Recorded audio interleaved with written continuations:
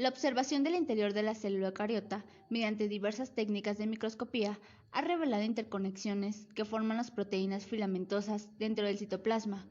Estas estructuras constituyen un verdadero esqueleto celular, el citoesqueleto. El citoesqueleto es una estructura con formas de red tridimensional formada por una matriz fibrosa de proteínas.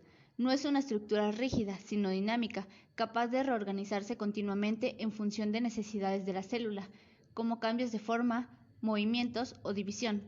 Se extiende por todo el citoplasma y está presente solamente en eucariontes y ausente en procariontes. Sus funciones son que contribuye al mantenimiento de la forma y la estabilidad de la célula.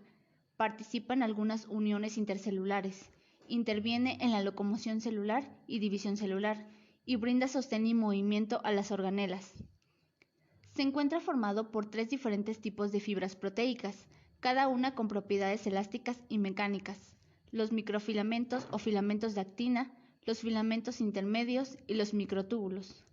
Además, participan una serie de proteínas accesorias que cumplen distintas funciones reguladoras, que regulan el crecimiento o acortamiento de los filamentos, ligadoras, que actúan como elementos de unión conectando filamentos entre sí o con otras estructuras celulares, y motoras, que intervienen en procesos contráctiles o en el movimiento de vesículas u organelas por el citoplasma.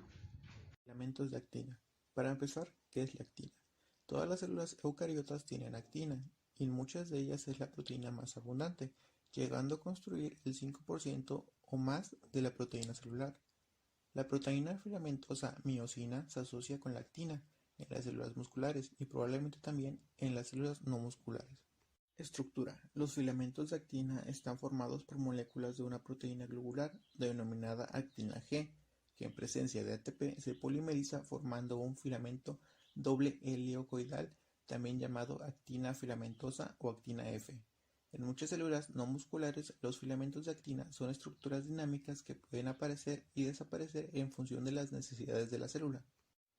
Actina F. La actina F tiene una estructura filamentosa interpretable como un hélice levogira monocatenaria o bien como un hélice dextrogira bicatenaria con medio paso de rosca, estando cada actina rodeada de otras 4. En el músculo, el filamento helicoidal de la actina F contiene también una molécula tropomiosina, una proteína que se enrolla alrededor de la hélice de actina F durante el estado de reposo celular. La tropomiosina recubre los sitios activos de la actina, de tal modo que no se logra la interacción actina-miosina, que produce la contracción muscular. Unidas a lo largo de la hebra de tropomiosina hay otras moléculas proteicas, las troponinas, complejo de 3 polímeros, troponina I, troponina T y troponina C. Actina G. En cuanto a su estructura molecular, la actina G posee una apariencia globular al microscopio electrónico de barrido. No obstante, está compuesta por 2 lóbulos separados por una hendidura. La actina G solo funciona cuando posee o bien ADP o bien ATP en su hendidura. No obstante, en la célula predomina el estado unido ATP cuando la actina se encuentra libre. La secuencia de aminoácidos completa este tipo de actina. Está formado por 374 residuos de aminoácidos. Su extremo N terminal es muy ácido, mientras que su extremo C terminal es muy básico. Proteínas moduladoras. Una de las grandes ventajas de los filamentos de actina es la versatilidad con la que se crean y se destruyen, así como su capacidad de asociarse y formar estructuras tridimensionales muy diferentes. Esto es gracias a las denominadas proteínas moduladoras de actina, las cuales afectan la velocidad de creación y destrucción de los filamentos, a la velocidad de polimerización, así como la disposición tridimensional de los propios filamentos. De hecho, prácticamente no existen ni microfilamentos ni proteínas de actina desnudos en el citosol, sino que siempre unidos a alguna proteína moduladora. Las proteínas moduladoras se pueden clasificar en diferentes tipos que afectan la polimerización. Algunas proteínas, como la profilina, se unen a las proteínas de actina libres y favorecen su unión a filamentos persistentes, mientras otras, como la timiosina, inhiben su unión.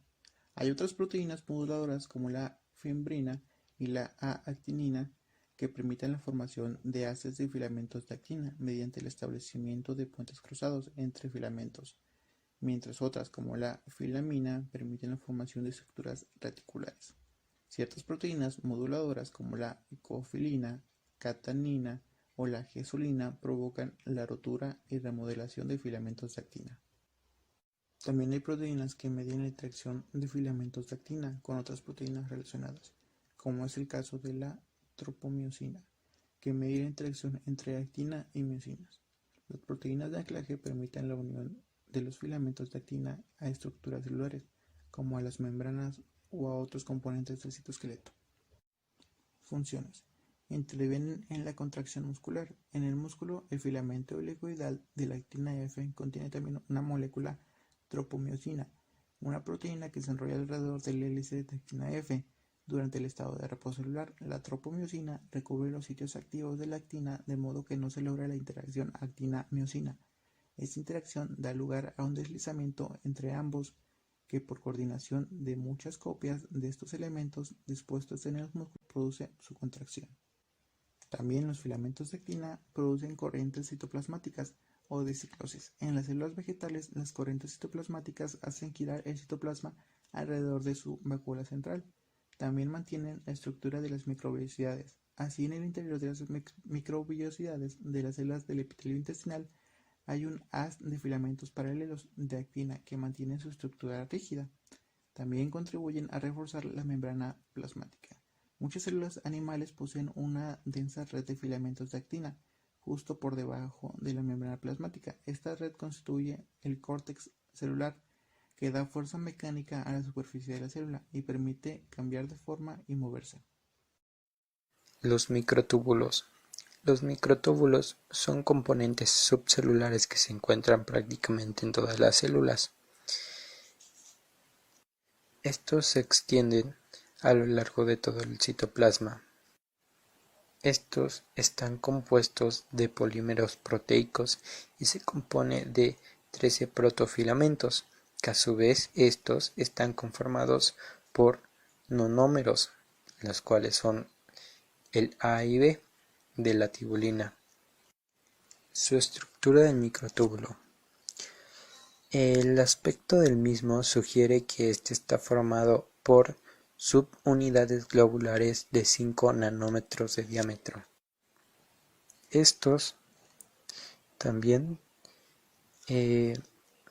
están formados por protofilamentos en la pared de estos de 5 nanómetros de diámetro constituidos por subunidades globulares. Y como anteriormente dijimos, los microtúbulos son heteropolímeros de A y B de tibulina, los cuales forman dímeros, los cuales son su unidad estructural. Las funciones de los microtúbulos aparecen asociados con una gran variedad de funciones, como si estos tuvieran una gran versatilidad. Entre las principales funciones que se le atribuye a los microtúbulos son los siguientes: el movimiento de los cromosomas durante la mitosis. 2. La organización intracelular, transporte de material y secreción. 3. Desarrollo y conservación de la forma celular, ya que estos tienen una importante función en el citoesqueleto.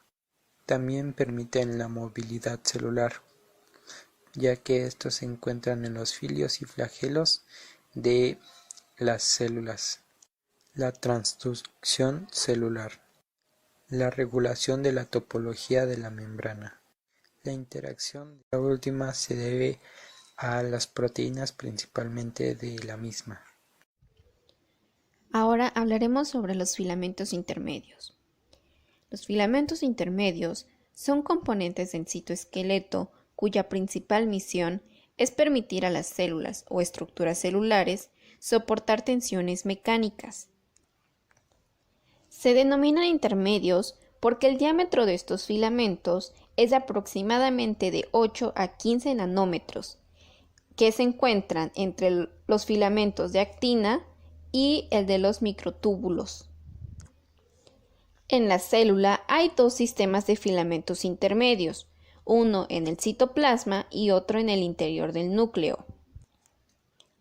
Los filamentos intermedios abundan en las células que están sometidas a tensiones mecánicas, por ejemplo, en los axones de las células nerviosas, en las células musculares y en las epiteliales. Sobre las funciones de los filamentos intermedios, es que son más resistentes que los tres tipos que componen el citoesqueleto. Su principal función es la de dar soporte a los orgánulos celulares y así proporcionar resistencia mecánica a la célula, evitando la ruptura de las membranas de las células sometidas a esfuerzos. Por esta razón, son abundantes en las fibras nerviosas y células musculares y epiteliales que están sometidas a fuertes tensiones. Hay que recordar que los filamentos intermedios no pueden mover estructuras, pero sí anclarlas. Las bimentinas, desminas, queratinas y la proteína fibrilar glial ácida de los astrocitos, todos ellos filamentos intermedios, participan en la localización celular del núcleo.